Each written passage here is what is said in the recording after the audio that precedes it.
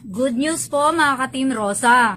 Kabababa lang po ng memorandum that LTO suspends the implementation ng nakatakdang apprehension ng mga gumagamit pa rin ng improvised plate or temporary plate sa November 1. So ito po ay bunsod na rin ng panawagan ng iba't ibang sektor na bigyan pa or palawigin pa ang deadline para makuha ng mga motorista ang kanilang mga plaka. Ito po ay magandang balita lalo na doon sa iba na nag-aantay pa rin na ma-deliver ang kanilang mga plaka na in-applyan po nila through the LTO tracker.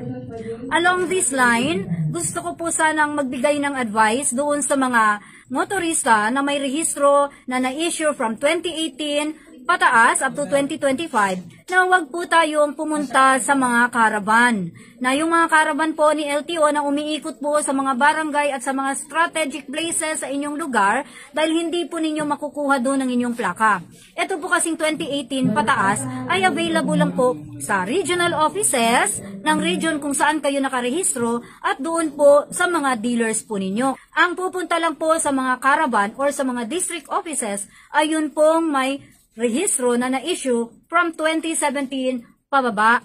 Sa amin pong mga post, nakikita po natin na 2014 to 2017. So marami rin po yung nagtatanong paano ma'am yung 2013, paano yung 2011, and so on and so forth. So 2017 po pababa, na wala pa po talagang na-issue na plaka or hindi pa talaga nakakuha ng plaka, pwede po kayong pumunta sa mga caravan or sa mga district offices. Yun din pong may mga motorsiklo na nabigyan na ng plaka, na green plates, yellow plates or 7-digit plates, papapalitan din po natin yan. Pero meron po isang netizen na nagkomento, bakit pa daw papapalitan may plaka na? Nasa sa inyo po yan kung gusto nyong papalitan. Libre naman po yung pagpapalit ng plaka. Wala pong pilitan. Abay kung gusto nyo, lahat na ng tao sa Pilipinas, bago na ang plaka, yung sayo na lang ang naiwan na old plates, maganda yun. Kasi vintage na ang plaka mo.